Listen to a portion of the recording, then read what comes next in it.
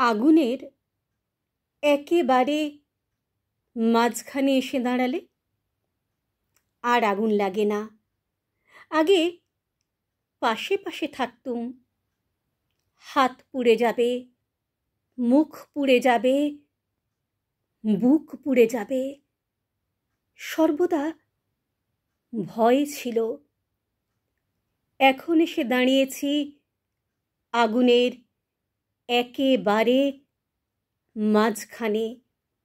হাত পুড়ে যাচ্ছে, মুখ পুড়ে যাচ্ছে, বুক পুড়ে যাচ্ছে।